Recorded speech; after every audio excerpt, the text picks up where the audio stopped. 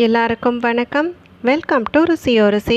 இன்றைக்கி நம்ம ருசியோ ருசி சேனலில் பார்க்க போகிறது, நம்ம வீடுகளில் பணம் பெருகணும் அப்படின்னு சொல்லி மேற்கொள்ளக்கூடிய முயற்சிகளோடு சேர்த்து பெருகக்கூடிய பணமானது வீடுகளில் என்றென்றைக்குமே நிலைத்திருக்கணும் அப்படின்னு சொல்லும் பொழுது மண் சட்டியை வைத்து எந்த மாதிரியான ஒரு பரிகாரத்தை எளிமையான முறையில் மேற்கொள்ளலாம் அப்படிங்கிறதுக்குண்டான அனைத்து விதமான தகவல்களை பற்றி தான் நம்ம இன்றைக்கி இந்த பதிவின் மூலிமா தெரிஞ்சுக்க போகிறோம். வீடியோவை எங்கேயுமே ஸ்கிப் பண்ணாமல் பாருங்கள். அப்போ தான் எந்த ஒரு சின்ன தகவலையுமே நீங்கள் மிஸ் பண்ணாமல் தெரிஞ்சுக்க முடியும். இப்போ நம்ம ஸ்டார்ட் பண்ணிடலாம். பொதுவாக எல்லாருக்குமே மனதில் பலவிதமான ஆசைகள் இருந்துகிட்டே தான் இருக்கும். அப்படி நம்ம மனதில் எழக்கூடிய ஆசைகள் அனைத்தையுமே நிறைவேற்றி கொள்ளணும் அப்படின்னு சொல்லும் பொழுது அதற்கு முதற்படியாக தேவைப்படுவது எது அப்படின்னு சொல்லி பார்த்தா பணம் தான்.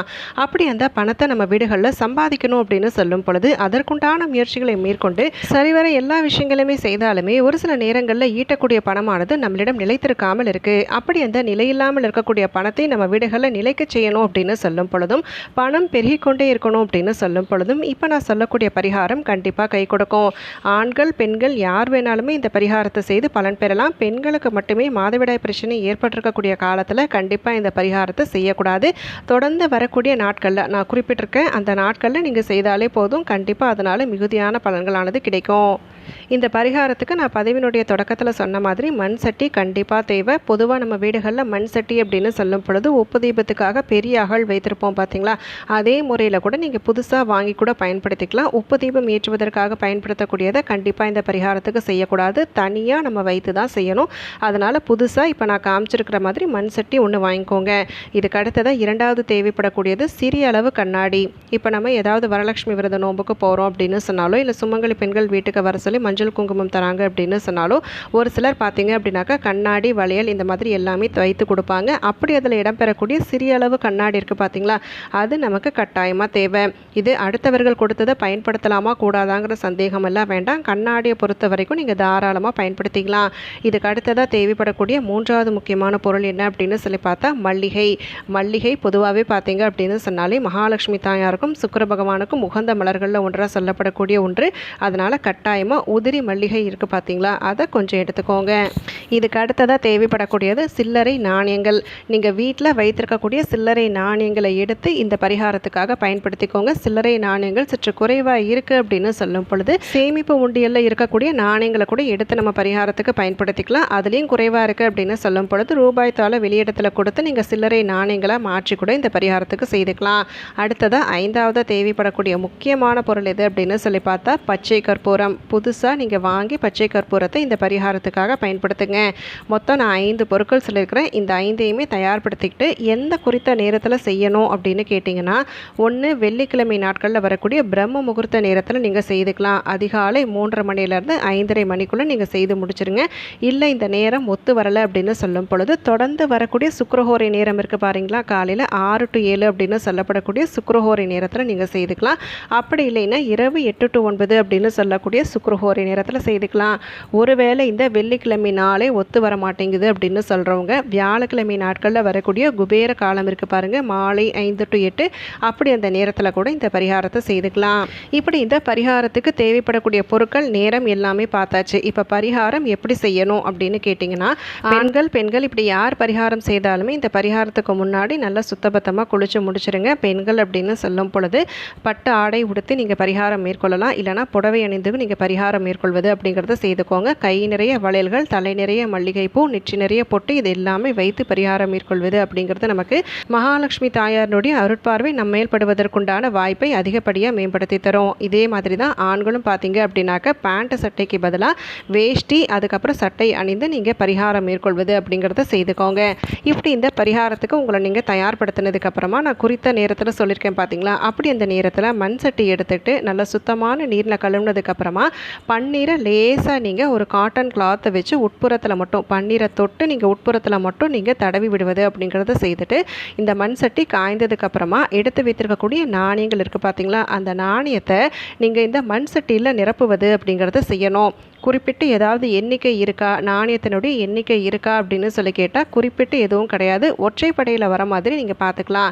அது 87 கூட இருக்கலாம், அப்படி இல்லைனாக்கா 11 நாணயங்களும் இருக்கலாம். உங்களுடைய விருப்பம் தான். கூடுமான வரைக்கும் மண் சட்டி நிறைய நீங்கள் நாணயங்கள் வைப்பது அப்படிங்கிறத செய்துக்கோங்க. ஒற்றைப்படையை மட்டும் ஞாபகத்தில் வச்சுக்கோங்க.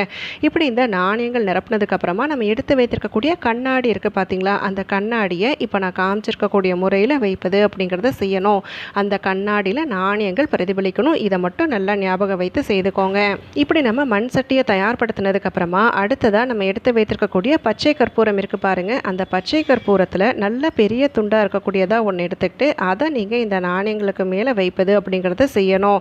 இப்படி நம்ம செய்ததுக்கு அப்புறமா உதிரி மல்லிகை இருக்கு இல்லைங்களா, அந்த உதிரி மல்லிகையை கொண்டு ஓம் மகாலட்சுமி தாயே போற்றி அப்படின்னு சொல்லி 108 முறை மலரர்ச்சனை மேற்கொள்வது அப்படிங்கிறத செய்துக்கணும்.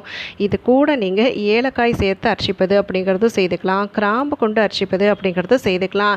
108 அப்படின்னு சொல்லும் பொழுது 54 மல்லிகை மலர்கள் இருக்கலாம், 27 ஏலக்காய் இருக்கலாம், 27 கிராம்பு இருக்கலாம். மொத்தத்தில் 108 மகாலட்சுமி தாயார் மற்றும் சுக்கிர பகவானுக்கு உகந்த பொருட்களை கொண்டு இந்த நாணயத்தின் மீது அர்ச்சிப்பது அப்படிங்கிறது நமக்கு சிறப்பான பலன்களை பெற்றுத்தரும். இப்படி நம்ம செய்கிறோம் பார்த்தீங்களா. இப்படி நம்ம செய்யக்கூடிய சமயத்தில் நம்மளுடைய சிந்தனை முழுவதையுமே கட்டுக்குள்ள கொண்டு வந்து பணம் பெருகுவதற்குண்டான வழிகள் பிறக்கணும். அப்படி பெருகக்கூடிய பணம் நம்மளோடு நிலைத்திருக்கணும் அப்படிங்கிற அந்த கோரிக்கையை முன்வைத்து நீங்கள் அர்ச்சிப்பது அப்படிங்கிறத செய்துக்கோங்க.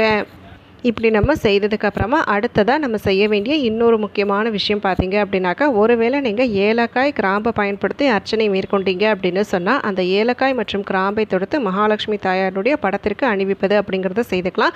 மலர் அர்ச்சனை மட்டுமே மேற்கொண்டீங்க அப்படின்னு சொல்கிறவங்க மலர்களை தொடுத்து மாலையாக கட்டி அணிவிப்பது அப்படிங்கிறத செய்துக்கலாம். இரண்டையுமே கலந்த மாதிரி அர்ச்சனை மேற்கொண்டவங்க தனித்தனியாக கட்டி நீங்கள் மகாலட்சுமி தாயாருடைய படத்திற்கு அணிவிக்கணும்.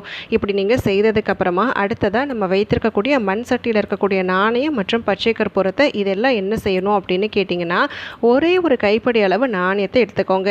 எடுத்துக்கிட்டு உங்கள் வீட்டினுடைய பணப்பெட்டியில் ஒரு மஞ்சள் நிற வஸ்திரத்தில் முடிச்சாக கட்டி வைப்பது அப்படிங்கிறத செய்துக்கணும். இதுக்கு அடுத்தபடியாக நீங்கள் பூஜை அறையில் வைத்திருக்கக்கூடிய சில்லறை நாணயங்கள் இருக்குது பார்த்தீங்களா, அப்படி அந்த சில்லறை நாணயங்களில் 1-2 நாணயங்களை சேர்ப்பது அப்படிங்கிறத செய்துக்கிட்டு அந்த கண்ணாடியும் சில்லறை நாணயங்கள் இருக்கக்கூடிய கிண்ணத்திலேயே வைப்பது அப்படிங்கிறத செய்துக்கோங்க. இதுக்கு முன்கூட்டியே நீங்கள் சில்லறை நாணயங்களை பூஜை அறையில் வைத்திருக்கிறீங்க, அதில் கண்ணாடி வைத்திருக்கிறீங்க அப்படின்னு சொல்லும் பொழுது அந்த நாணயங்கள் கண்ணாடியை பயன்படுத்தி கூட இந்த பரிகாரத்தை செய்துக்கலாம். மொத்தத்தில் ஒரு சுப முகூர்த்த வேலையில் நம்ம செய்யக்கூடிய இந்த ஒரு மண் சட்டி பரிகாரம் கண்டிப்பாக நமக்கு கை மேலே பலன்களை பெற்றுத்தரும்.